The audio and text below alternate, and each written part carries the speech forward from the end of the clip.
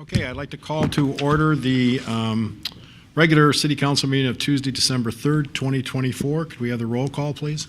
Councilmember Altman. Here. Councilmember Meadows. Here. Councilmember Watson. Here. Mayor Pro Tem Singh. Here. Mayor Brookover. Here. Could we have a motion to approve the agenda, please? So moved.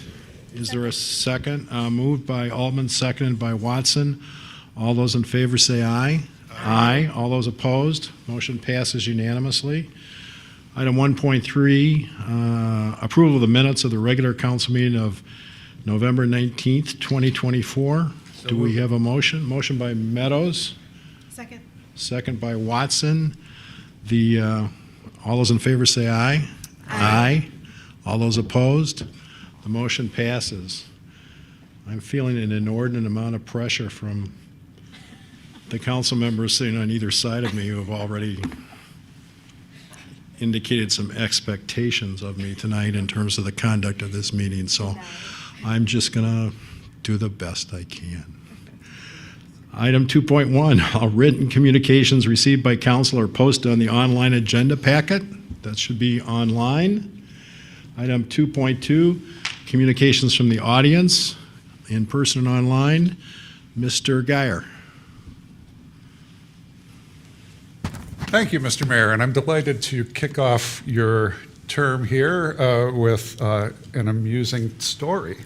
A few months ago, I was working at home and decided that I needed to go out for lunch, and so since I live fairly close to Grand River, I walked down to the Peanut Barrel, had a marvelous lunch, and during the lunch, my fancy-dancy watch warned me that there was a storm coming. So I finished up my meal, went over to Campbell's Market to grab some groceries, and came out and realized, wow, my little watch was right, and there was a storm coming. Now, as it happened, right outside Campbell's Market was one of those fancy new Lime scooters. And because of my role in the university, I have an account with Lime Scooter because at other college towns all over the country and the world, these things are ubiquitous. Well, I hopped on my Lime Scooter, put my groceries on the handlebars, zoomed home just ahead of the storm, got there, and discovered that for some reason, known only to maybe the folks sitting across the room from me, I was not allowed to park that Lime Scooter on my own driveway. I fought with the app for a while and then took my groceries in, drove the Lime Scooter. The only place it would let me park was back in the back of Campbell's Market. So I had to take it all the way back and then walk in the now downpour back to my house. Now, I'm a grumpy old guy, and I know grumpy old guys like me hate everything new. Rock and roll music, streaming television, video games, and oh my gosh, those darned electric scooters. They clutter up sidewalks, they get in the way, and they're not bicycles like we had when we were growing up. The thing of it is, if we really want clutter, outside my house, in front of my house, there on Bailey Street, ever since you all moved parking to one side of the street, I have a row of cars, right? They actually hinder my ability to get in and out of my driveway. They cause dangerous sight lines or loss of sight lines and things. Parking those cars is far more clutter than a little tiny electric scooter that's really just a fancy new version of a bicycle. We need to fix this. These things should be readily accessible. They should be available for last mile transit. They reduce our carbon footprint. They enable me to get home or to somewhere without needing to take my car out of the garage and pay for parking and us having to figure out where we're going to park cars and all of these sorts of things. This is something that other towns are able to do easily and well. And so I should be allowed to park their electric scooter I rented in the exact same place that I could park a Hertz rent-a-car that I had rented without the city and the apps controlled by the city or engaged with the city stopping me from doing that. So please, let's fix it. Many thanks and congratulations. Welcome to your new term. Thank you for your input. Our term started a year ago, sir, just so you know. New term for the summer. Okay. Can I ask a question? Go ahead. Because I think we were both on council when the Lime Scooter contract was signed. I don't think we restricted driveways from doing that. That may be Lime Scooter who decided to do that. But I would like the city attorney to advise on that so that if there is a fix that's necessary, we can take care of it. Sure. I am aware of the new license that Lime has through the clerk's office, as well as the restrictions that we placed on them. And there aren't any geofences that would stop parking in a residential area like that. The only geofencing that we require is around certain areas of the university, as well as the Red Cedar River. And it's also correct that Lime Scooter has a separate contract with the university, correct? That is correct. So when one captures a Lime Scooter in East Lansing, one doesn't know if it's within the MSU contract or our contract, correct? That is correct. Okay, thank you. Any other communications from the audience? All right, anybody in the queue? There are no callers in the queue. Okay, moving ahead to communications from the mayor and council members. Dr. Altman, Thank you, Mayor. No report. Mr. Meadows.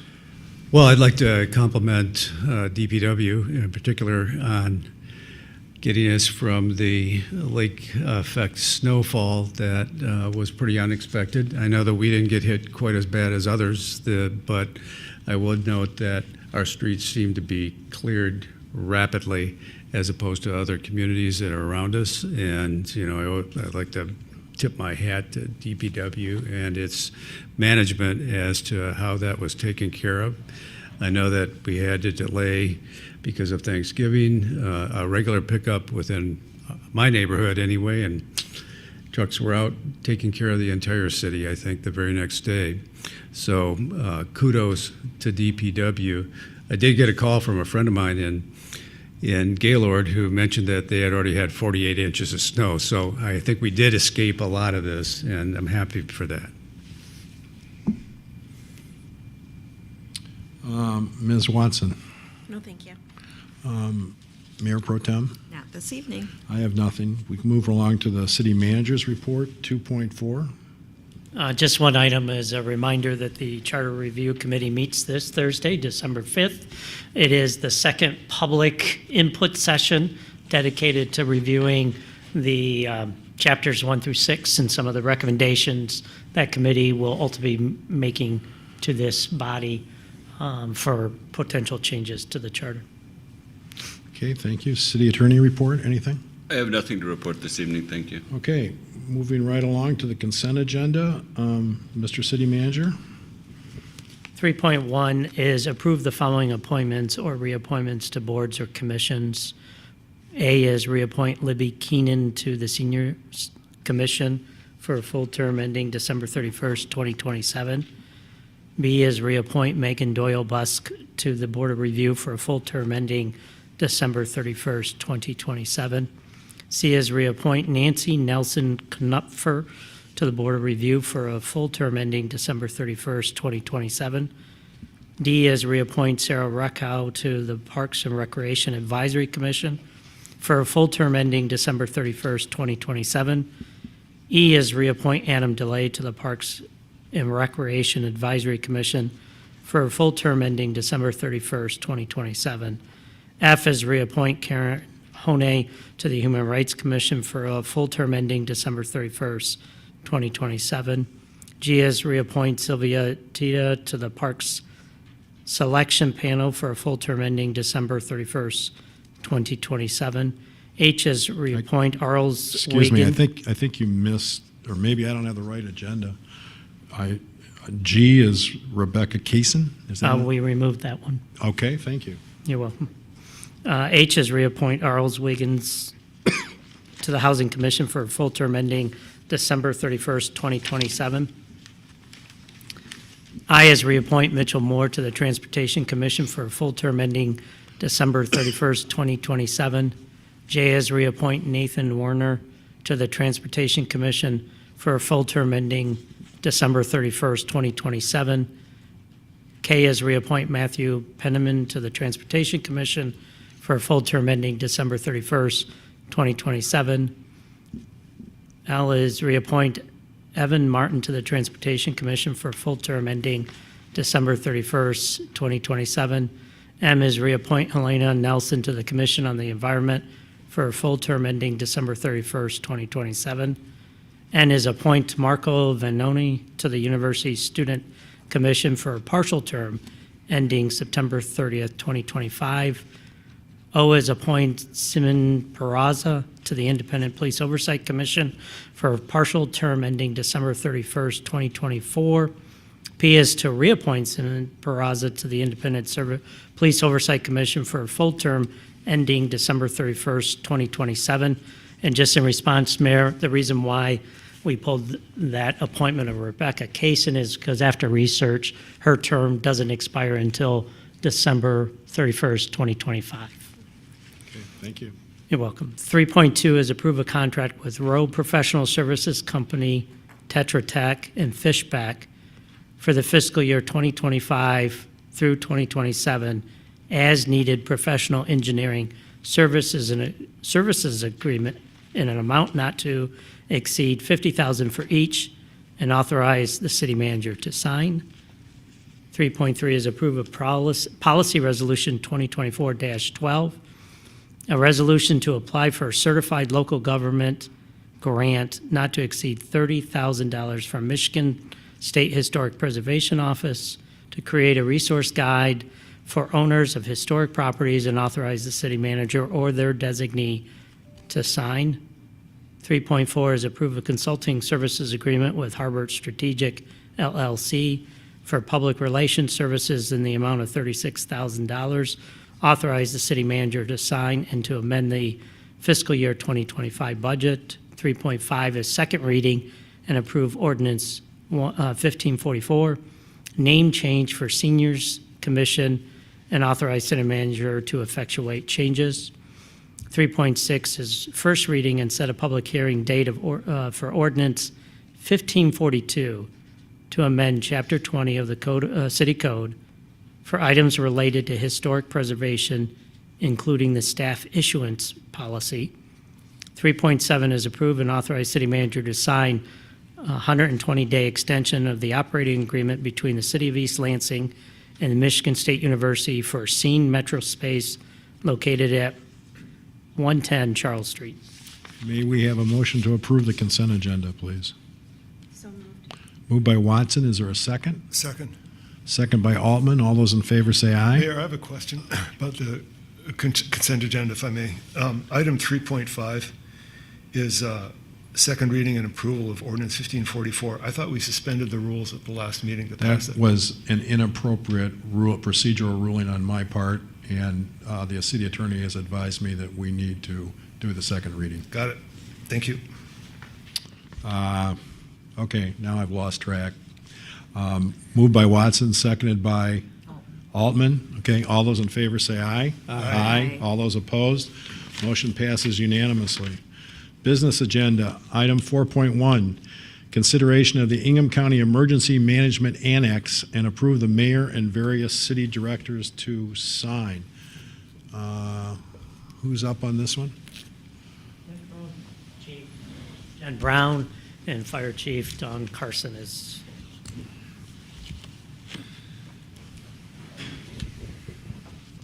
Good evening, Mayor Brookover, Mayor Pro Tem, and City Council members. Thank you for the opportunity to speak to you regarding the City of East Lansing's emergency preparedness. At the September discussion-only meeting, I introduced this annex. Since that meeting, Chief Carson and I have worked very closely with the Ingham County Emergency Manager, the East Lansing City Manager, and the City Attorney to make the annex City of East Lansing specific. Emergency preparedness aligns with the City of East Lansing Police Department's 2025 strategic goals. These goals include leading a tabletop exercise using the incident command system and to prepare all city employees for an active violence incident. So what has been done in 2024?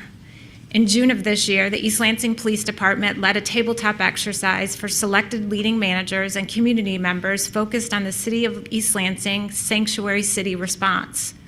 In October of this year, we partnered with the Michigan State University Emergency Management Team for a tabletop focused on election safety and security. Both tabletops were extremely valuable in identifying gaps in plans, communication issues, and areas for improvement. To prepare the City of East Lansing employees for an emergency, I trained about 40 East Lansing leading managers on the Incident Command System, also known as ICS, and the National Incident Management System, also known as NIMS. So what is the history of the East Lansing emergency management structure? When I was hired almost a year ago, the plan had been to appoint an emergency manager within the city to develop, refine, and administer the city emergency plans. Cities with populations of over 25,000, including East Lansing and Meridian Township, have 3 options under the county-wide emergency operation plan. We can appoint an emergency manager with a separate city plan. We can name the chief elected official, i.e. the mayor, as the emergency manager with a separate city plan. Or we can appoint the county emergency manager to cover the city, requiring an annex to the county's plan. Historically, East Lansing and Meridian Township have chosen to be covered by the Ingham County Plan, necessitating a written annex. We believe this document was last signed in 2013, and it is supposed to be signed annually. The 2013 document authorizes the East Lansing Fire Department chief to be the primary liaison for working with the Ingham County Emergency Management Team. So what's currently in place? The East Lansing Police Department currently has its own emergency management team made up of 4 sworn police officers, including myself. The emergency management team works closely with Fire Chief Carson and will continue to collaborate with the Ingham County Emergency Management Team and Michigan State University's Emergency Management Team. So here today, we're making recommendations that by utilizing the East Lansing Police Department Emergency Management Team and collaborating with the local emergency management teams, it's not necessary for the city to hire an emergency manager. There is a cost savings to the city of East Lansing for not doing so. In addition, there is 0 cost to the city of East Lansing to partner with Ingham County and sign this annex. I recommend the annex to be signed by the mayor and various directors within the city of East Lansing. Okay, any questions for staff? Yes, sir. Could you briefly speak to why the thought was in December 2023 to potentially go in a different direction and hire an emergency manager? Sure. We had different administration within the police department at the time, and at the time it was believed that it was necessary to develop all plans specific to East Lansing, meaning writing all of your emergency plans, doing all your tabletop exercises, full-scale exercises within the city. And that is a very expensive lift and time-consuming to do all that. At the time, he believed that that was something that we could take on. Through further research and again looking at a historical perspective, I do believe the best choice is to forego hiring an emergency manager and continue with the annex, which has been in place historically. And an annex in this case is equivalent to a contract, essentially? It is essentially a contract. Correct. Thank you. Okay, so I'm just trying to sort through the materials. So you're asking us to approve this annex, but what I see in front of us is a Public Act 204 Local Support Plan Guide, original template final, and attached to that, or part of that, is the City of East Lansing Emergency Management Resolution. So I need some guidance here. Is it that you're recommending that we adopt the City of East Lansing Emergency Management Resolution and then at a later time actually execute some additional document or quote contract end quote with the county? No, the resolution would be what I'm asking for tonight to be signed. Okay, and if the resolution is passed, then we're back into the county system, correct? Correct. We would just need to have you sign that document along with city manager and various directors. Okay, any other questions? Yes, ma'am. Just wondering, what does that mean for Clinton County? In terms of emergency services, similar to what we would do with Michigan State University. So we can still collaborate with those departments and those counties so that we do have plans in place should an emergency occur in our northern section of the city. So that's what we would do to handle Clinton County's emergency management services. I think Councilperson Watson would like to be relieved of her traffic control duties at the soccer complex We'll see what we can do for that. in the future. So I think that's where that question came from. Just guessing. References too. Just guessing. Okay, I move that we adopt the City of East Lansing Emergency Management Resolution. Is there a second? Moved by Brookover, seconded by Mayor Pro Tem. Any other discussion? All those in favor say aye. Aye. All those opposed? Is that what you needed from us? Yes, sir. Okay, thank you. Okay, item 4.2, consideration of approval of contracts for security upgrades, authorize the city manager to sign and amend the fiscal year 2025 city budget. Correct. Here I am again. So thank you for the opportunity to follow up on the safety and security initiatives that I spoke with you about at the September discussion-only meeting. Tonight, I'm asking for approval to move forward with these initiatives by approving expenditure of grant and general funds and to allow contracts to be signed by the city manager. If you recall from our September meeting, a priority of the East Lansing Police Department is to ensure the safety and security of buildings for our employees, residents, and visitors. This goal is consistent with the 2025 strategic priority of using the East Lansing Police Department to help prepare our city for an active violence incident, also known as an AVI. As a recap to what I presented in September, we would like to move forward with the following: creating one public entrance at City Hall and hiring a third-party security guard company to man a metal detector at that one entrance. A hand wand would be used for secondary screening.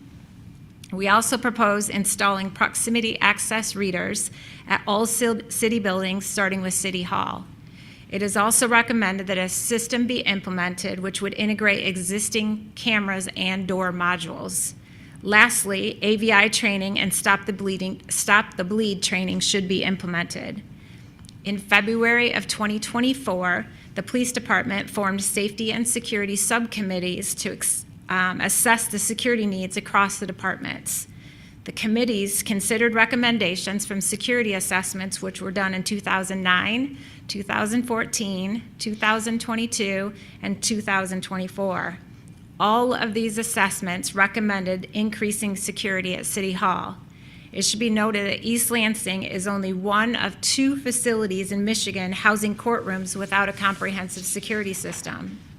So I want to talk a little bit more about those action items that I just mentioned. So the first one is to improve building security through limited access at City Hall. This would involve identifying one door used for public access. All other entrances would be secured with electronic locks, which would only be accessible via proximity cards for city employees. The purpose of this is to allow for easier monitoring and quicker threat detection. The current doors would all be rekeyed so that any existing keys that may not be accounted for would not work. The proximity access cards that would be issued to our employees provide high security, which is encrypted and have a unique ID. They're manageable, meaning they can be revoked at any time. If we have an employee that gets terminated, we can automatically turn off their card access. This system would be managed both by our city IT team and Human Resources Department. The second action item recommended is to deploy a security guard company and metal detection system at one public entrance door. We did receive 3 quotes for metal detection systems, and it is recommended that OpenGate be the product that's purchased. And you're wondering why OpenGate? It is a system that detects multi-caliber weapons and IEDs, which are improvised explosive devices, and that is unlike most traditional metal detectors. It is more cost-efficient, fewer false alarms, and portable. This is the same system that Michigan State University uses. It is the same system that I demoed at City Hall in July of 2024, and I know a few of you attended that demo. It was also used at City Hall on Election Day with 0 issues. The third-party security firm would monitor OpenGate. They would also conduct secondary screening and notify authorities if needed. I vetted 4 companies for that third-party security, and it is recommended that Teach Out be the company that we use. They had an existing RFP in place through Ingham County, and this is the same company that is used at all secure Ingham County buildings. Purchasing a weapons detection wand for further screening is also needed. The third action item is to expand proximity access and security systems across city facilities. Once Security Hall is secured, proximity access readers will be installed on all external doors of all city-owned buildings. The fourth action item is to unify our camera and security systems. Currently, I don't know if you're aware, we all have different camera systems across our facilities, downtown, parking areas, they're all owned by different entities.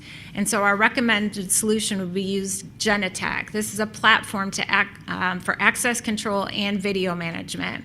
This is also the system that MSU currently uses. Genetec integrates existing cameras and door modules, allowing for future expansion at a minimal cost. The last recommendation is to implement an active violence incident and preparedness program that includes Stop the Bleed. The goal is to have all of our employees trained to respond in an AVI situation. Stop the Bleed is a worldwide recognized training program that will equip all of our staff to handle life-threatening bleeding incidents. Cost-efficient medical kits would be placed in all city buildings. And the Stop the Bleed program would be run by 17 of our trained East Lansing Police Department and East Lansing Fire Department instructors. And again, the goal is to increase survival rates in critical incidents. So how do we pay for this? The primary funding instrument for these initiatives would be a federal grant, which was awarded to the city in the amount of $1.5 million. The 5 initiatives account for approximately $563,815 of the $1.5 million award. Money from the general fund would be needed to cover the amount not covered by the grant. You should be aware that the security guard company would have a year-over-year cost, and in addition, there would be ongoing maintenance costs associated with the life of the proximity access system. The remaining grant funds are allocated for bollards that will prevent vehicular attacks at large festivals, venues, and events. And in conclusion, these actions represent a proactive approach to safeguarding our community and ensuring that East Lansing remains a safe place for all who live in, work in, and visit our community.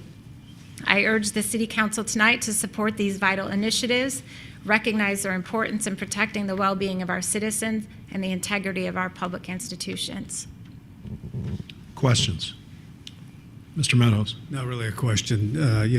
I was there and participated by going through the door to get into City Hall. I think the Mayor Pro Tem was there that day too, and I was very impressed with how easy it was to gain access. I'll just say that this has been a subject of conversation for probably 30 years easily, because we were one of the only places without any security involving our court. But it was always really super expensive for us to institute that up until now.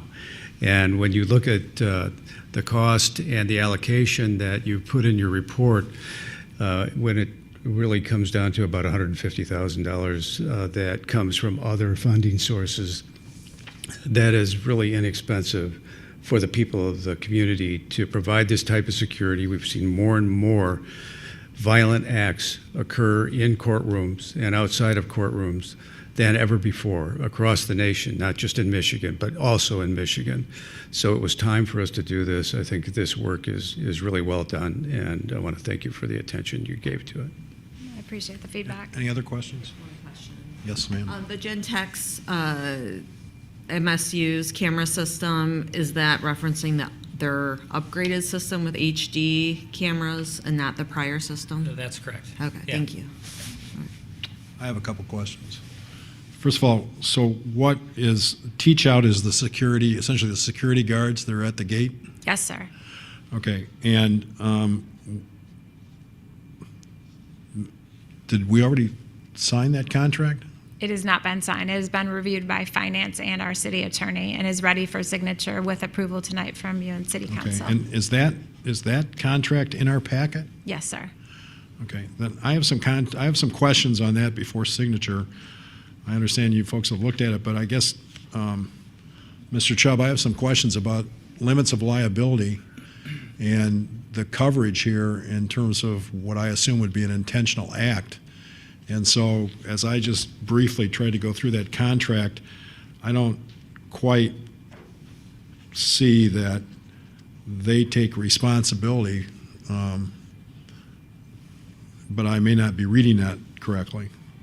Sure. So if you look at paragraph 10, enumerated paragraph 10 within the contract, it is unusual to find any agreement with the security system, company that will provide any indemnity. Typically, Okay. all you're going to find is they're going to say, to the extent our people did something wrong, we'll protect you. To the extent your people did something wrong, I'm sorry, yes, then you protect us. And so it was unusual that they would allow to have this hold harmless provision. I know that the insurance coverage, I think is what you were referencing, Mayor, is a little light on $1 million, but that is with the understanding of it having an additional aggregate, and also that these are unarmed officers that are not allowed to engage. And so I think that given their limitations, that it is a reasonable amount. But I have worked with Teach Out previously. It is a pretty big organization, and I'm confident that they can, protect us or indemnify us in the event that there was some circumstance that arose that required it. Okay, so I missed paragraph 10. So in fact, paragraph 10 says they're going to hold us, they're going to indemnify us, correct? Absolutely. Okay, and I agree with you. I think the insurance coverage is light. So, but then that leads me then to the Moss contract. Do we have that in here? Yes. And if I was looking at it closely, or briefly, is that the one that says to Ingham County? No, there should be 2 quotes as part of the packet from Moss. Okay, and Tony, have you had a chance to look at that yet? I would just want to pull it up to make sure I'm understanding which one it is. Do you know what the title is on it? No. Within the agenda pack? Mayor, at this point, I can't tell, but obviously, do you know what page it is of 92 on the PDF? Well, while you guys are looking, so what does Moss do? So Moss is the integrator for the camera system and the access control. Okay. So basically their responsibility starts and stops with bringing in the equipment, installing it, and then making sure that what they provided is running. Okay, and I guess, Tony, I would just caution that I thought I read something in a Moss contract, but again, I was looking at a lot of contracts just now, that in effect was the classic, we don't have any responsibility unless it's our, active negligence, which I think in this instance doesn't make a lot of sense. So I'd ask that we look closely at that. Any other questions? Go ahead, please. You didn't say, I thought you said, but then I looked it up, that Teach Out Security was at Ingham County? They are at Ingham County, that's correct. And there was an open RFP in 2023, and that is what we are using for our current proposed contract with them. So maybe they're at the courts then, but the state... Any of their secure buildings. Yeah, the state building has DK. Correct. Okay, got it. Say again? They're the courts, Okay, all right, thank you. and have been for a long time, I think. Thank you. So how many City Hall doors are there now? There are currently 4 exterior doors at City Hall. The proposed door for the one access would be the northwest corner. That would be the public entrance. All others would be open for our employees using their proximity access card, but closed to the public. All right, and so does that count the back door to the police, or that's not part of City Hall? That would make door number 5, and that would also have a proximity access That's going to card. have it too. Okay, and how many employees are going to get the cards for City Hall? All of our employees that would need access to City Hall would be granted those cards. And about how many is that? We ordered 500 cards to cover every single employee in the city. So and at some point, this ID access system will be deployed to every city facility on the external doors. So we'll be able to grant access just by access control for somebody's ID badge. So effectively, you'll get a new ID printed with your name on it and your picture, and that will work at whatever facility you need to get into, but not more than what you need to get into. So I got it. Yeah. Okay. Yeah. How many people are Stop the Bleed trained right now? Currently, we don't have any city employees other than our 17 instructors that are trained. So 17. Correct. And how many people do you plan on putting through the Stop the Bleed? All of our city employees. Okay. How soon do you think that'll happen? As soon as this is approved, we have a meeting set for December 10th to roll that out to all of the departments within the city. So I would guesstimate that that's probably going to take 6 months or so at least to get everybody in the city trained. Yeah, and I think it's good with 17 employees. Have you all thought about de-escalation? So we, at my day job at the county, we did incorporate Stop the Bleed, which was really great, into active violent situations. And we also put in de-escalation training so that, the employee understands more some things they might say or do that might escalate or de-escalate the situation. Yes, de-escalation is part of the active violence training. It goes along with the run, hide, fight, and again, provides some of the employees some verbal tactics if that would, arise during that situation. Okay. And then the camera system, what's the monitoring going to be like that? Because, sometimes you start getting the calls like someone stole my purse and I want to look through the cameras. Like, what are the rules going to be for those type of situations? The camera system is like post-event monitoring. So it's going to be recording data, and then should it be needed, it's available. Yeah, with the exception of those service areas that actually require it, like parking ambassadors, for instance. They watch a wall so that they can see when somebody pushes a button and says, I need help, I need the gate to do its thing. And then they're watching that all the time. The jail is another instance where people are watching the cameras all the time. But somebody is not eyes on glass with the city hall cameras all the time.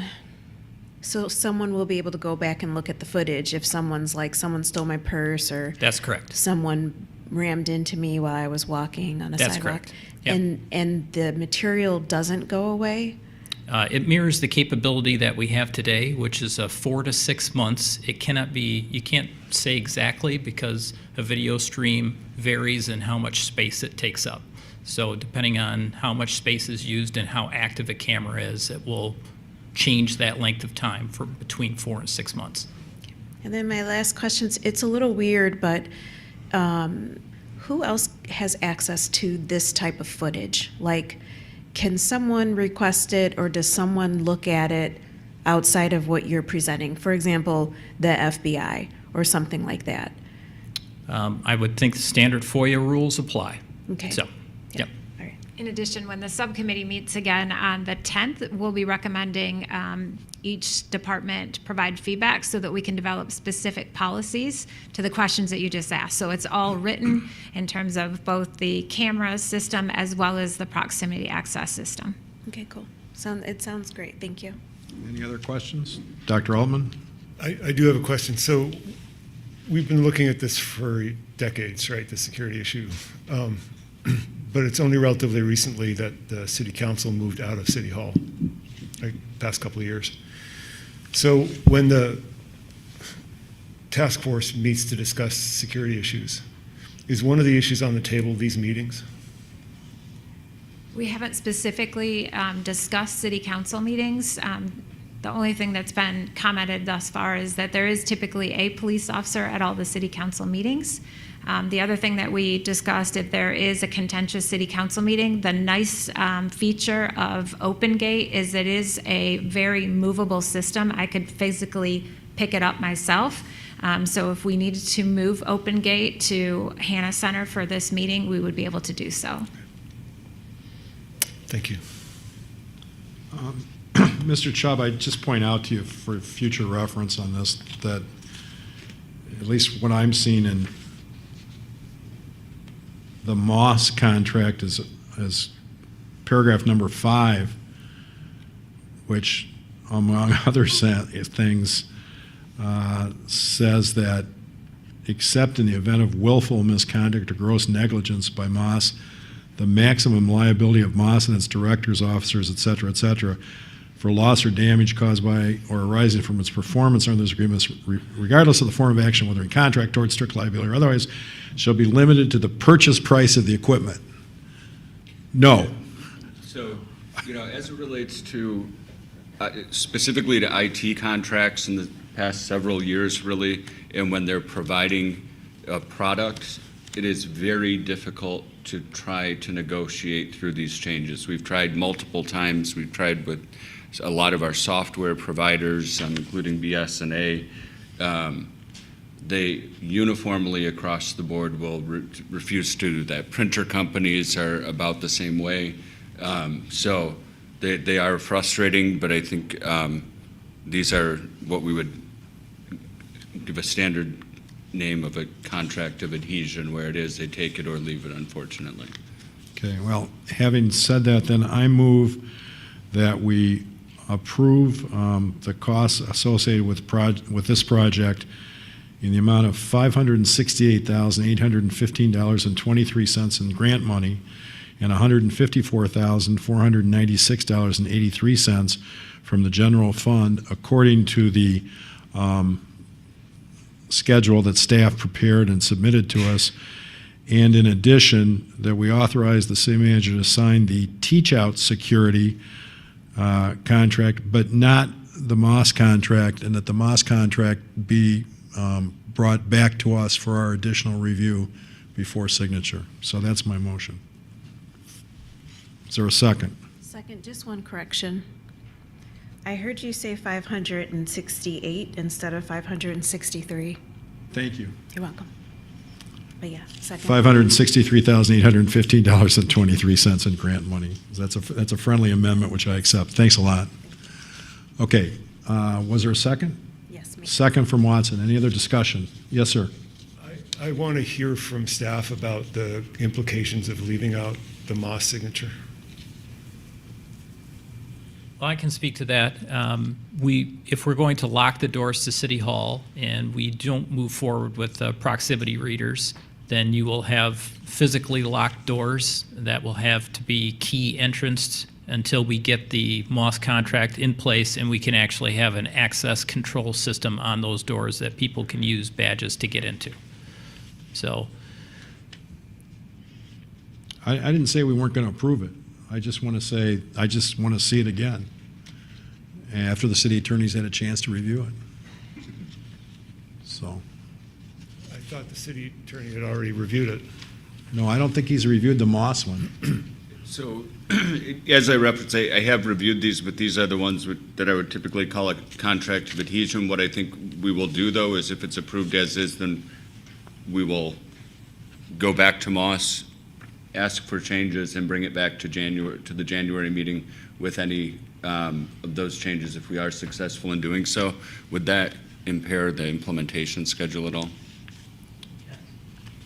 It would impair the, this is kind of a group package, and so if the Moss project is not approved until January, we would need to hold off on moving forward with the open gate system, the wand, the entrances, et cetera.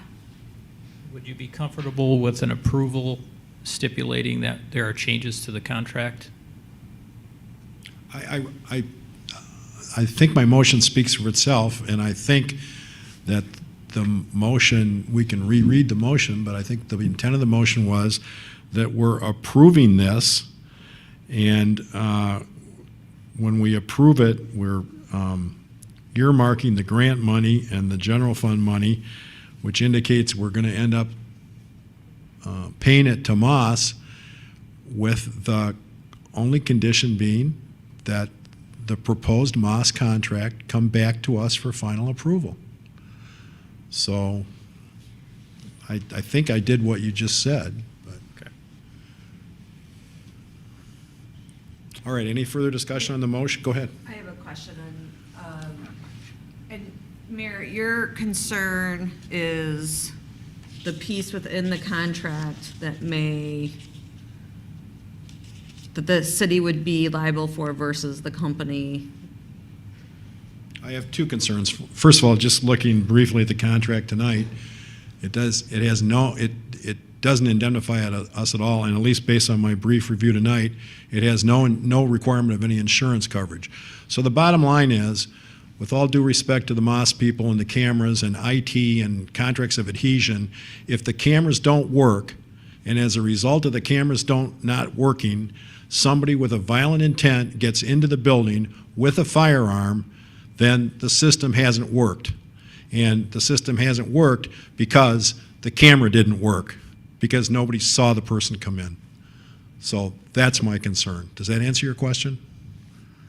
Bad things happen. Yeah, my concern is it's also the holiday season where there is a lot of challenges from mental health and other high stress events, and that's what, if this is delayed, and I do have a concern on timing. So I'm just Okay. balancing what you are identifying with risk, which I also see as a risk with city, any delay in getting the proper security measures. I understand. And so let me ask you this question. If we approved all this tonight, how soon would this all be set up, implemented at City Hall? Do you know? We would move forward with the implementation in January. Okay. And when would it be completed? For City Hall, it would be completed by mid-February. Okay, thank you. Mr. Meadows? I'll be voting no on the motion. I think that we've had an adequate explanation of why this language is in there and that how standard it is within the industry, and I'm comfortable with it. So I'll be voting no. Okay. Mayor, I have a motion, which is to amend the main motion by adding the Moss contract. Okay. Do you want to say that you're amending it by adding the Moss contract and authorizing the city manager to sign it? Correct, thank you. Okay. I'll second that. Okay, so we're voting on the amendment to the motion. For any further discussion on the amendment? Okay. Roll call vote on the amendment, please. Councilmember Altman. Yes. Councilmember Meadows. Yes. Councilmember Watson. Will we have another vote? I'm confused. This is on the amendment, and then based on the vote on this, we may or may not move to the main motion as originally done. Okay. So if this passes, this will amend the main motion, and then we'll vote on the main motion. Okay. No. Mayor Pro Tem Singh. Yes. Mayor Brookover. No. So the amended motion passes. We now move to the amended motion, a vote on the main motion as amended. Roll call vote, please. Councilmember Altman. Yes. Councilmember Meadows. Yes. Councilmember Watson. Yes. Mayor Pro Tem Singh. Yes. Mayor Brookover. No. Okay, moving ahead to item 4.3. Thank you for your input on this. Consideration of approval of contract with Lopez Construction for the fiscal year 2025 CDBG project in an amount of $170,000 and authorize the city manager to sign. Yes, sir. Good evening, Council. Staff is asking the Council to approve a contract with Lopez Construction for our upcoming fiscal year 25 CDBG project on John R. Street. These are ADA ramp upgrades. Lopez Construction was the lowest bid out of 7 bids that were received on November 12th. We worked with Lopez Construction recently, and we've asked for a 15% contingency to be applied. The project will be funded through the grant program, which was approved at the May 14th, 2024 council meeting. Any questions? Okay, can we have a motion? I have a question. Yes, go ahead, please. So, will we be seeing another sidewalk project with the CBDG, on the CDBG Advisory Committee that will start meeting in now? And then in May of 2025, are we going to approve another sidewalk project? And then possibly 6 months later, it kind of seems, it feels behind, but there's no like time limit. So we usually do these we do kind of aim for the yearly CDBG. We try to be on that list. We try to include one sidewalk infrastructure project. Usually they're just ramps. They're the ADA ramp upgrades. So we did Albert. I think we skipped 1 year because we consolidated 2 years together, but otherwise every year we kind of have this programmed in spring, and then we construct in the summer. So we had one this last summer that was constructed, and then now we'll apply for the next year. Yep. And so it's not really like a deadline to spend the money by or implement the project by with the CDBG sidewalk Matt, if dollars. possible, would be better to speak on that. If I may, there is a deadline because there's a requirement that the city maintain or use the grant dollars timely. Otherwise, we get cited for having too much cash on hand. Yes. And so we have to expend it appropriately, and we've been cited in the past for having too much cash on hand, which required us to rearrange some projects to spend those dollars down and to be compliant with HUD. Yeah, and so what's the time frame then? Well, we'd like to do it within the year that those grant dollars are awarded through the budget process. And our projects, the sidewalk infrastructure, we have not been delayed. We have not had a problem with our delay of our projects in particular. I know. Okay. So we usually are pretty timely in those as long as we construct them in the summer. All right, thank you. Yes. Any other questions? Mr. Altman? I have a motion. So I move approval of a contract with Lopez Construction for the fiscal year 2025 CDBG John R. Street Sidewalk Improvement Project in an amount of $170,000, which includes a 15% contingency, and authorize the city manager to sign. Do we have a second?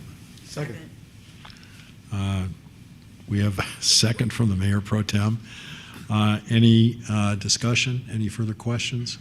All those in favor say aye. Aye. All those opposed, motion passes unanimously. Item 4.4, consideration of adopting the non-motorized transportation plan update prepared by the city consultant MKSK. Hello again. Hello again. So staff is pleased to present this update to the non-motorized transportation plan. The original plan was adopted in 2011. It has served the city well, and a need was kind of recognized a couple of years ago to update the plan to further the projects within the city for non-motorized infrastructure. RFP was issued, and MKSK was awarded that contract, and we're here tonight to just do a brief presentation of that plan update and to answer any questions that council may have. With me, I have Anne Marie Kirby. She is the consultant with C2G. Formerly, she was with MKSK, and she's here tonight as part of that project to give a brief presentation on it. Thank you. Go ahead.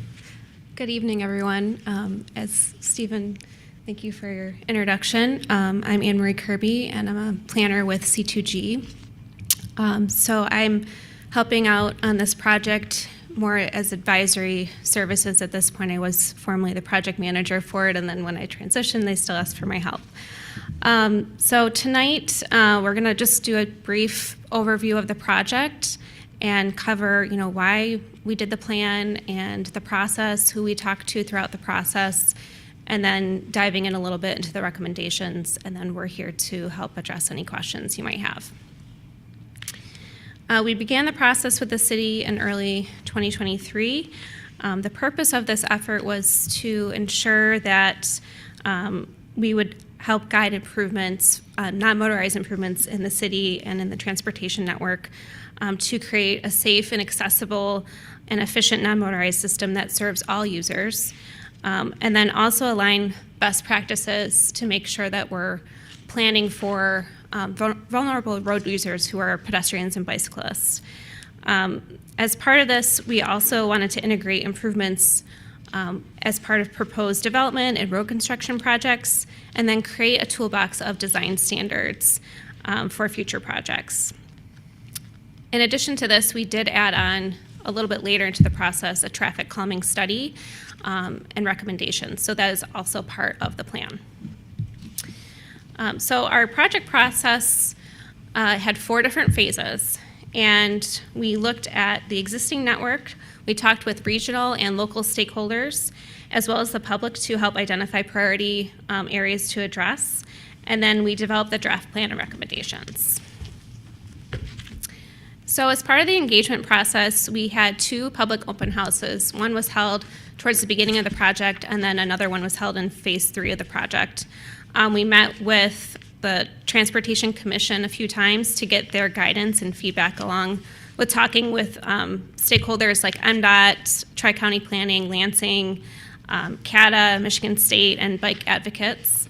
And then we also had online engagement opportunities. So we had a project website that was created, and then on there we had a survey that was available, as well as an interactive mapping tool where people could place their comments in different parts of the city and also see what other people were saying too. And that was a really great way to get the locational feedback. So overall, the main takeaways for engagement included enhancing bike and pedestrian safety at key intersections, finding ways to connect the existing bike facilities together to make a more connected network, and then provided ways to buffer bike lanes away from the main roadway. And then people also wanted to see improvements to ped and bike safety in the city's residential neighborhoods by implementing traffic calming strategies. So East Lansing already has a fairly well connected network, but the goal of this plan was really to make sure it was more complete. So while there are bike lanes, there's multi-use paths throughout the city, they're not always well connected. So making sure to fill in those gaps is really to ensure there's a safer way for people to move throughout the transportation system. And in terms of the overall recommendations, just some things to consider as we take a look at those.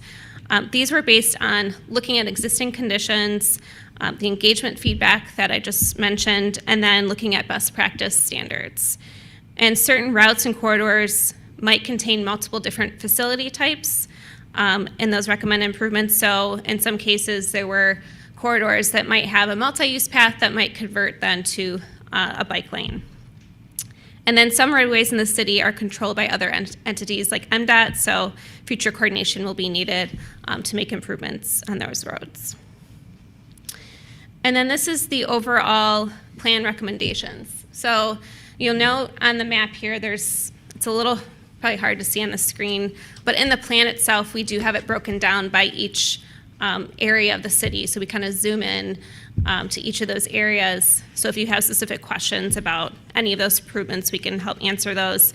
But you'll see that the recommended improvements are in more of the dashed lines in the legend there, and then the existing facilities are in the solid lines. So we had a variety of different recommendations: bike lanes, enhancing pedestrian crossings, filling in sidewalk gaps, lane reconfigurations, and then adding sharrows, among other things. And then we also included a toolkit. As I mentioned earlier, that was one of the goals of the plan, is to have a design toolkit that can be used for those improvement options in the plan. The traffic calming strategies focused on the residential areas of the city. And then we also have concepts of target area improvements to help visualize those potential changes. And then we also have an action plan. So the action plan provides an outline of projects that are targeted for implementation more in the short term. And this is really not an inclusive list of all the projects in the plan, but more projects that will be focused on in the coming years. And it includes road restriping projects that will add bike lanes, pilot projects that will explore the long-term feasibility of bike infrastructure, and then also a multi-use path.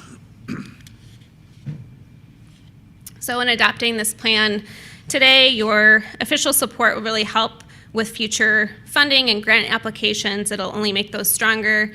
and then can also help communicate to other agencies the overall recommendation and goals of the City of East Lansing has, including with MDOT. And that's all we have for you today. So thank you for your time, and I can help answer any questions Thank you you. might have. Questions? I have a question. Mr. Meadows? It looks like from the MAC on the non-motorized recommendations that you may be filling in the gap between the Hawk Nest neighborhood and Coolidge Road on the north side of the street. The red dots are going along there, but it says Sharrow. Can you explain what that means? So a bike sharrow is a painted marking on the street. So it usually has 2 arrows, and then there's usually a painted like bicyclist and a bike, and it's just to indicate that a vehicle is supposed to share the road with bikers. Okay, so we have the ability to order in that sidewalk. The developers could be required to add it in. Did you guys discuss that at all? I think at this point, it's still just kind of in the, like the funding mechanism hasn't been fully looked into for each of these project recommendations. So the idea is just to get what could be, and then I think, whatever funding mechanism would come later. Okay, and then there's also a significant gap, forget the name of the street, but the north side of Saginaw, we installed a pathway along there, some time ago, but it sort of dead ends and then doesn't go all the way through to Hagedorn. And did you look at that at all as a potential? I know that MDOT would need to be involved in that, but is that sort of in the plans at all? I don't recall that being in the plans. We did have facilities recommended for Saginaw, but you were talking about near Hagedorn. No, we did not. We sort of ended our recommendations near the park there. So you're right, there's a little bit of a gap. I think he's talking about right here near Hagedorn. Yeah, I mean, But we basically what people do is they end up riding on the roadway. Yeah. And then getting to Hagedorn and then going north, at that point in time. We could look at adding that to the map. Okay. That's a good point. And when we're talking about this, we're only talking about city pathways, right? If we're looking at the transportation plan, we're not utilizing, for instance, the pathways at MSU, FCU's headquarters, or any of those areas that are also, you have the ability to pass from one part of the city to another. Correct. Okay. And any discussion, because we have improved Coleman Road substantially, and we do have a pathway along the north or the south side that moves to the north side along there. Any discussion about completing that pathway all the way through? Because we end at Coolidge, we don't pick up again until west, so we have a long stretch along Coleman there. Was that part of any discussion? There's a section that's east of Coolidge. It's a sidewalk gap on the north side of Coleman. Mm-hmm. Yes. Is that the one that you're referring to? Well, there really is no sidewalk in there on that north side, as I recall anyway. It's just curb line. We do have a bike path along there, but if we're going off the travel area for automobiles, then having a sidewalk along there would be beneficial. Yes, there's one recommendation for a sidewalk on the north side of Coleman, east of Coolidge, until it connects into where the sidewalk exists. That's great. Okay, that's an improvement too. Yep. Thanks. Those are all my questions. Other questions? Yes, ma'am. We had public testimony just last week about enhancing pedestrian crossing on Harrison. I know our city manager has been working on that, and I see dots. I just want to clarify from Glen-Kieran neighborhood between Grand River and Saginaw by Glen-Kieran Elementary School, if that's helpful. recently. Our department did look at that locally. Apart from this plan, obviously, we put the radar sign up there. I think there was some additional signage, and then the little crosswalk, yield to pedestrians within crosswalk. I think that there are future plans for that corridor as well. There's one that's part of the Safe Routes to School, which is just improvements to that crossing. I think that includes an RFB and possibly advanced flashing on that hill. And then further down, that hill is really, we're hoping to look at options possibly to reduce the vertical curve on that hill as you're approaching North Lawn. This would be a future project, the 2027, I believe, Harrison, that's scheduled as part of our CIP. So The bosses approve. So you see everyone. One other, so thank you. And then one other, just same along Harrison, the apartment complex just north of Saginaw. There's no sidewalk on the apartment side of Harrison. So that would be the east side of Harrison. Is that's that also dotted? identified in this plan. This is great.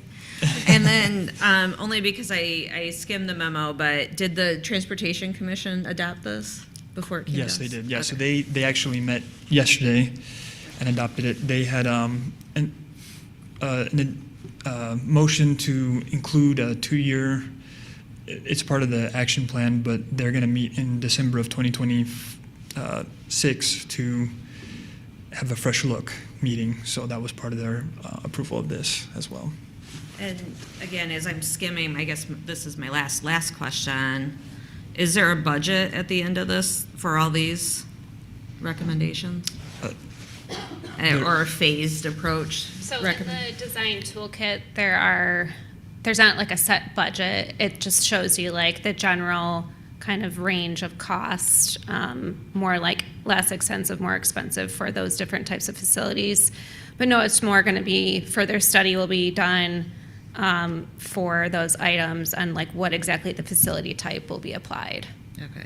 Okay. Last piece is the pedestrian bridges over Saginaw and the connectivity. Is there, and this could be a side discussion, is there anything more attractive or more user-friendly than the current pedestrian bridges? They're sharp, uptakes. They look better since they've been painted, so.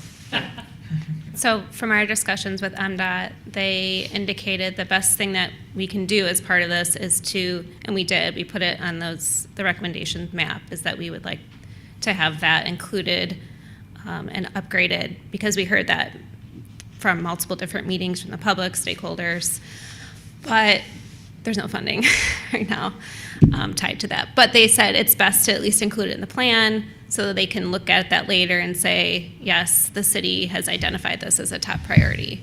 And MDOT said there was no money. Correct. Not right now. Can I ask one more question so that I can have a last question too? The Please do.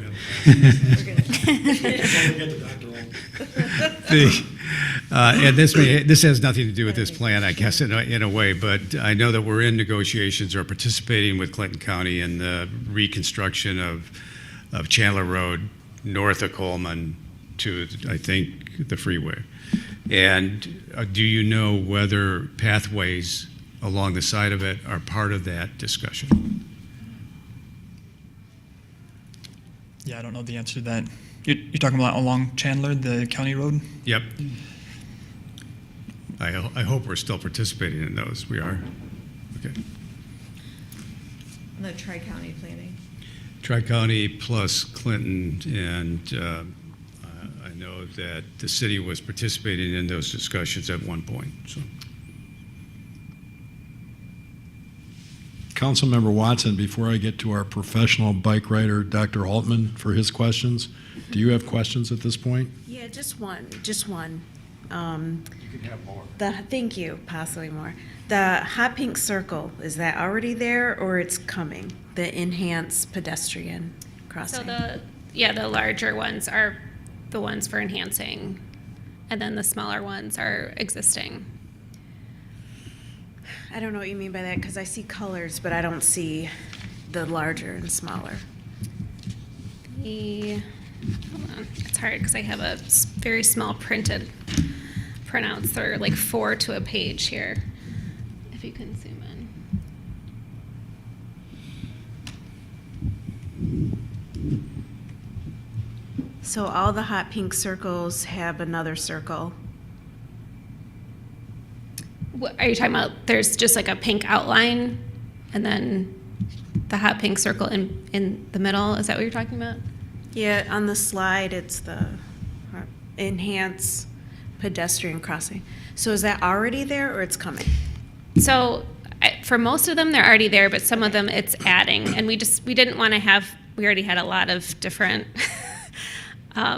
colors and symbols on the map. So we try to keep that one to either enhance or add. Okay, thank you. Dr. Altman. Thank you. I just want to confirm that, so there is a sidewalk gap along Bircham Park on Bircham. And I think I see in the map that that's identified as a sidewalk gap that we should try to fill. Is that, I'm looking at the map on page 33 of the report.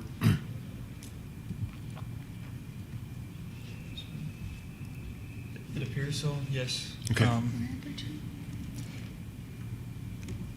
This would be this. Oh, yeah. Yeah, so the plan as I see it right now currently has that. Okay. Yeah, that was brought up at our second open house, actually. So we did add that. Yeah, that's great. There's, the interurban extends east from the wastewater plant there, and a lot of people walk, and having both sides would be good. So that's great that that's on there. Thank you. That's it? That's it? Mr. Bellman, I have a question for you, and maybe it's partly my fault in terms of the construction of the agenda, but what is it that we're adopting here? You're adopting the non-motorized transportation plan update with the recommendations that are set forth in it. Once you adopt it, we can use it to apply for grants through the Michigan Department of Transportation, either in conjunction with road reconstructions or standalone projects.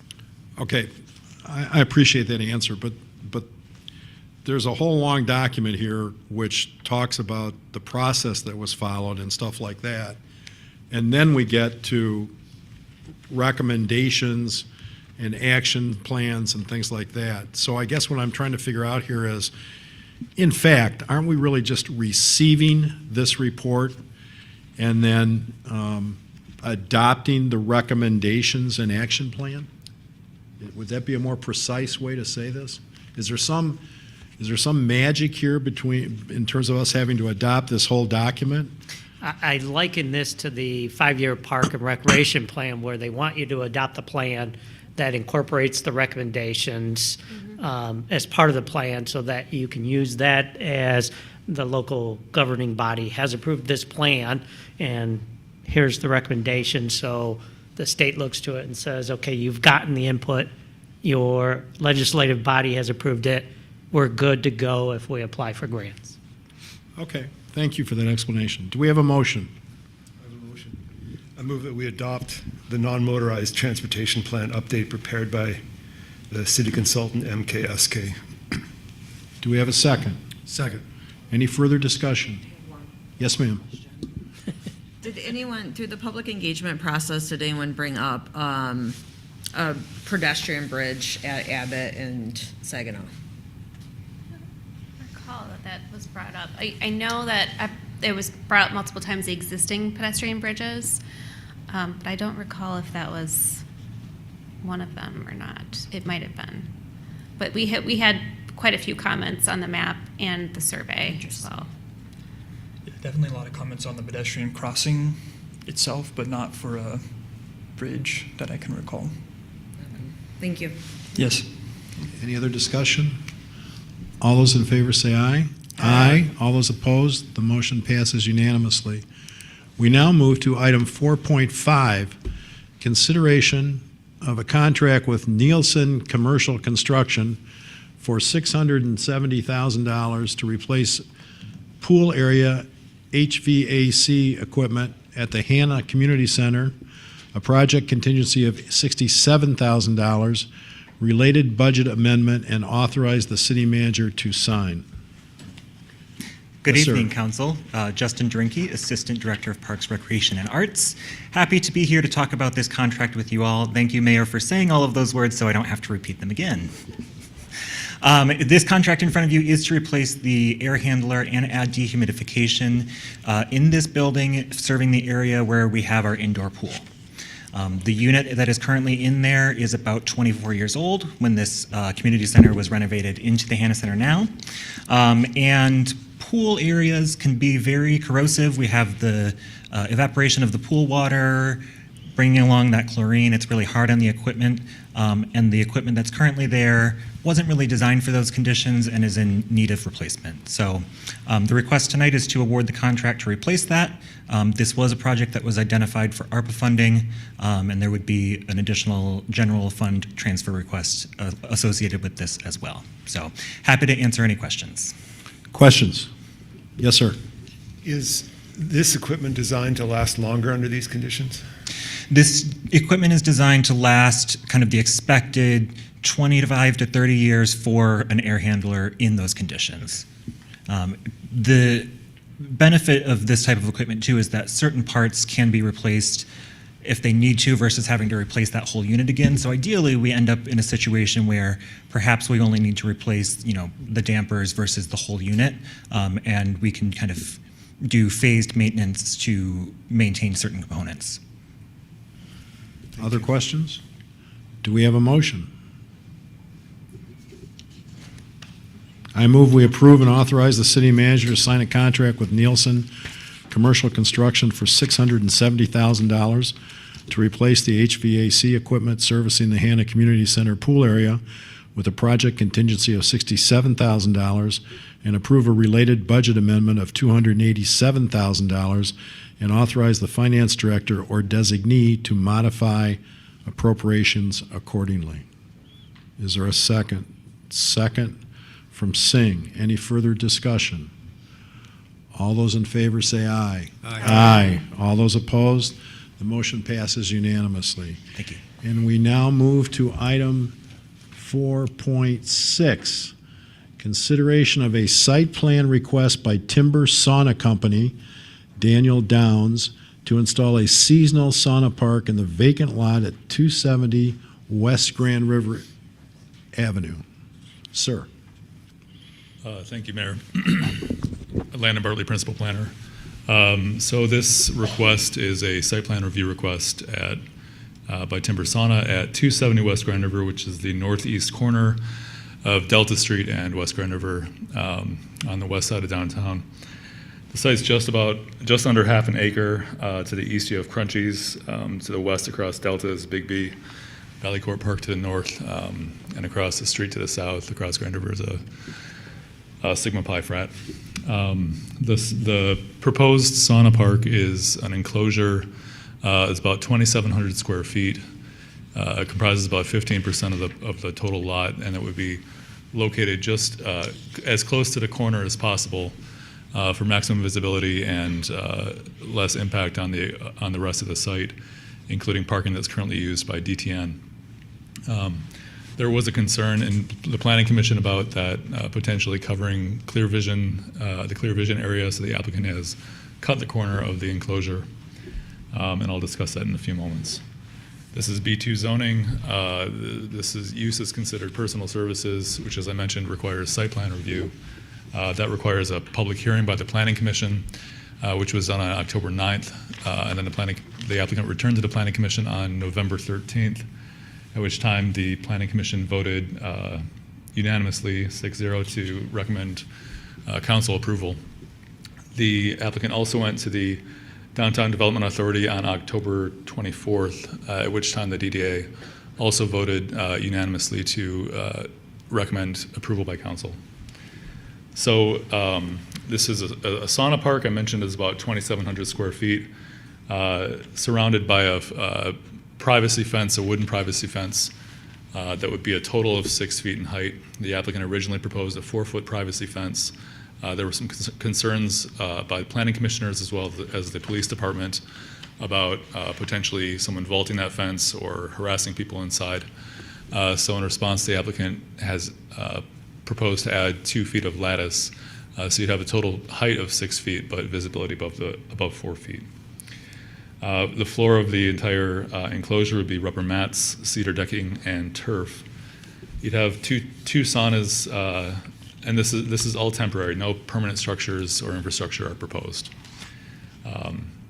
2 saunas are proposed right now. One 20-foot wood-fired unit. The other is 8-foot by 8-foot electric unit. The applicant would like to add potentially one more accessible unit down the road, which could be in January or February, depending on approval and their timing. Also on site, they'd have 2 cold plunges. These cold plunges would be would have water in them that would be cycled through filter daily and then changed out weekly. And I want to mention there were some questions at the commission during commission discussion about drainage and what sort of drainage requirements there would be for this use. There really is not that much. The water draining from the site would largely be incidental, dripping off of people as they got out of the cold plunge or the sauna. The balance of the sauna park would have a changing yurt, a restroom trailer, customer seating, a fireplace, propane heaters, and 10 to 15 potted evergreen trees around the perimeter. Parking would be provided on the lot, the same parcel that's used by DTN for parking currently, and also in the city system, especially to the north along Valley Court. Let's see. I mentioned that there had been some concerns about clear vision, so the applicant has proposed to chamfer the corner, the southwest corner closest to the corner of Delta and Grand River, to allow for maximum clear vision. They expect up to 100 visitors daily, I guess as a maximum of visitors, with the busiest days being on Thursdays, Fridays, Saturdays. And they would propose to start this. Their original hope had been for a November start date. They would be looking to start this in January if approved tonight, and the Planning Commission recommended approval through May 1st of 2025. And their hours of operation are proposed to be 7 a.m. to 9 p.m. With that, I know the applicants. I thought the applicant was here tonight. Can I answer any questions? Any questions for staff? Yes, sir. So this is a seasonal installation. Yes. What happens to it when it's out of season? Do they pack everything up and take it somewhere else? Yes, it would be removed entirely. And so the season is the winter. Correct. Winter and spring, or early spring.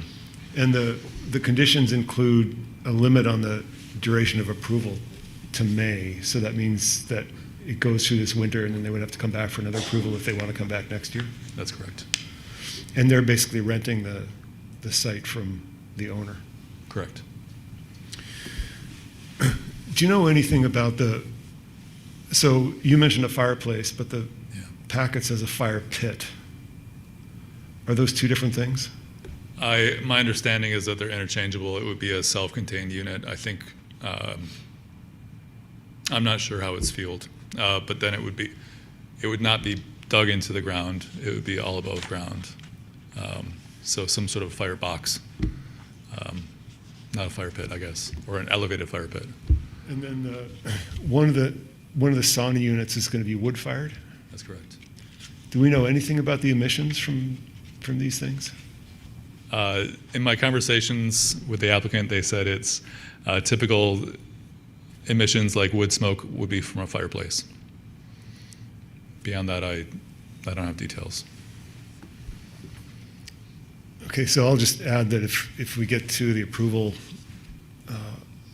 portion, if there's a main motion, I will want to offer an amendment that prohibits burning of wood on the site in terms of an extra condition. Just, Say again? I can't make that motion until we have a main motion. I didn't understand. I'm not following what you. I was just going to say that if and when there's a main motion for approval, I will want to offer an amendment in terms of an extra condition that would prohibit wood burning on site. And did you say they are wood burning? One of the saunas is proposed to be wood burning. The other one would be electric. And as far as the fire box or fire pit, I'm not sure if that would be propane or wood. There are some portable propane heaters also proposed on the site. Yeah. But propane. Any other questions? I have a question. Yes, ma'am. Did they want to end May 1st? That's hard to speculate on. They were certainly willing to end May 1st when in the discussions with the Planning Commission. There was some discussion about whether or not, how could this be essentially piloted without, if there are problems in the future, could this be shut down? And the solution was essentially to say we would allow this to happen until May 1st, and the applicant was open to that. Okay, thank you. Any other questions? Do we have a motion? I move that we approve a site plan request by Timber Sauna Company, Daniel Downs, to install a seasonal sauna park in the vacant lot at the 270 West Grand River Avenue. Is there a second? Second. Okay, moved and seconded. Further discussion? I think we need to, I would just suggest that motion also include the conditions that are stated in the staff report that were approved by Planning Commission. And that, I don't know how you want to do that, but that would be a friendly amendment, I guess, to the motion. Sure. Is it, how many, page 6? I think it's page 5. Oh, no, I see the sample motion. Okay. I think there's 8 conditions. Are those the ones you're talking about? Yeah. You could just say the 8 conditions stated Yes. there. maybe. Along with the 8 conditions by the Planning Commission. Okay. Is that right? Okay. Further discussion on that motion? Yes, sir.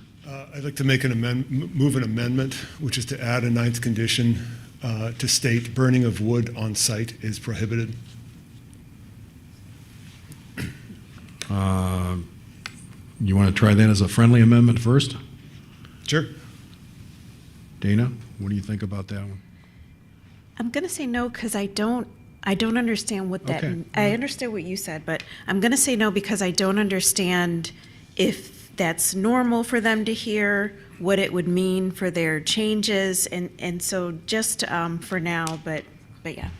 Okay, I'll support the amendment. So any discussion on the amendment to the motion? I just want to address the amendment briefly. I think we need to rethink outside burning, outdoor burning more generally, but in particular, burning wood in a dense urban environment doesn't make a lot of sense to me. I understand it's cozy and it's appealing and so forth, but it creates emissions that affect other people in the immediate environment. Wood smoke is a pollutant, and I'm not sure how broadly it's viewed that way at the moment, but I think it certainly is viewed that way by people who have to inhale the wood smoke and are bothered by it. So consistent with my sort of general viewpoint about how we need to rethink burning stuff, I think burning wood in a dense urban environment to me doesn't make sense. And if they already have an electric unit, I suspect they can make it work with electricity on its own. And propane heaters are another matter. They don't have the same emissions that wood does. Mr. Bellman, you've been here a little bit over a year. I'm going to test your knowledge of the City of East Lansing ordinances, and maybe Dr. Altman and Mr. Meadows can weigh on this. It's my recollection that there's a specific ordinance in East Lansing that disallows what I'm going to call open fires. I think the ordinance actually requires you to have a permit to have an open fire, not bans them. Okay. So, Unless which you're I think the cooking fire food. marshal has to approve the permit, is my recollection, but. Okay, so any other discussion on the amendment to the motion? I'll just say that, just based on what I observed at the Planning Commission and the representation by the proponents of this, I'm not real keen on this, I will admit, but it's basically to see whether there's actually a market for anything here, and I think that's why there's both a wood fire and an electric sauna, so that there is a opportunity to choose there by whoever decides they're going to go to this thing.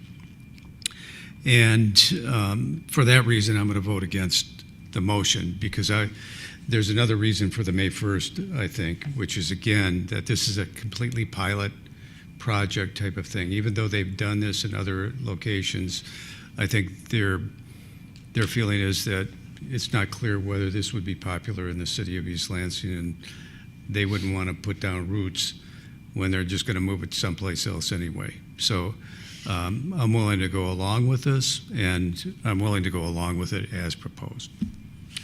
Okay, any other further discussion on the amendment? Yeah, I Yes, just ma'am. wanted to say, like I said, I said no, and I'll just say no again. But I do support understanding the impacts, and I like that it's short term, so we can look at it later if they're going to come back and talk about if it would be reasonable for them to not burn the wood.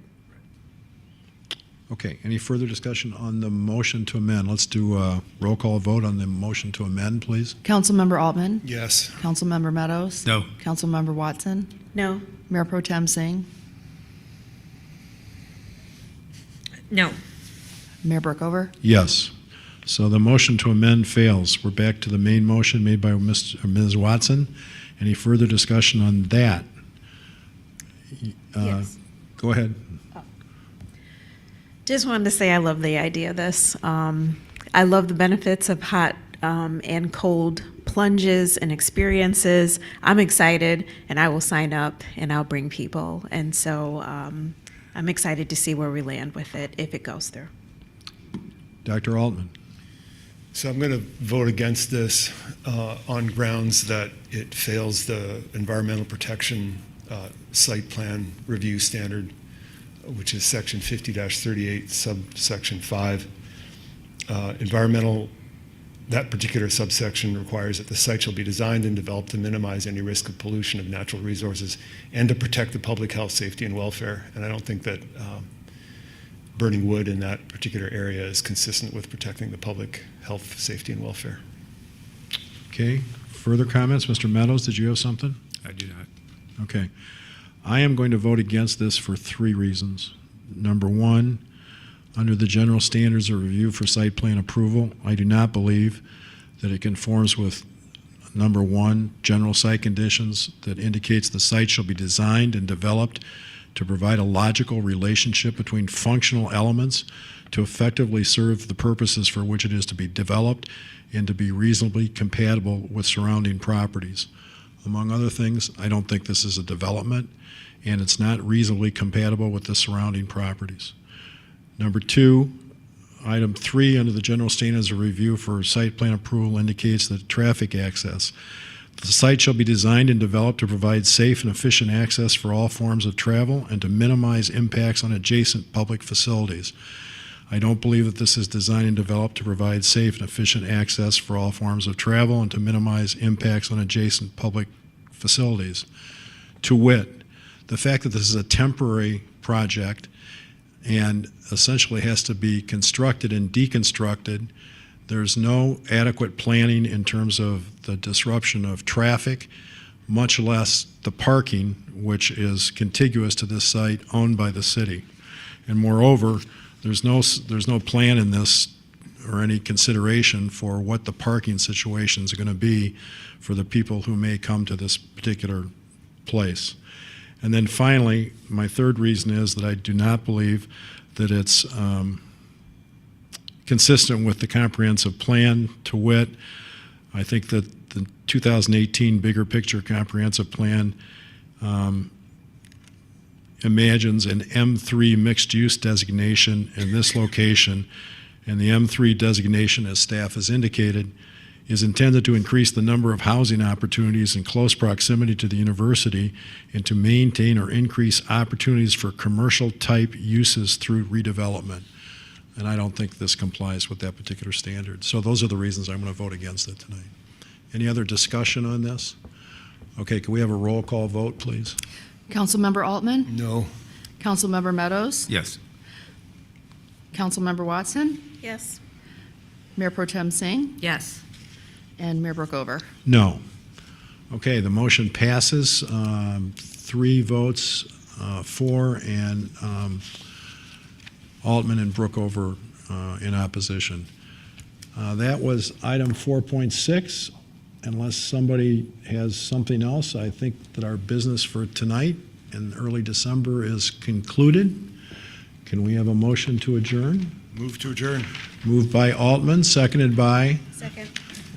Watson. All those in favor say aye. Aye. All those opposed? Thanks, everybody, for coming tonight.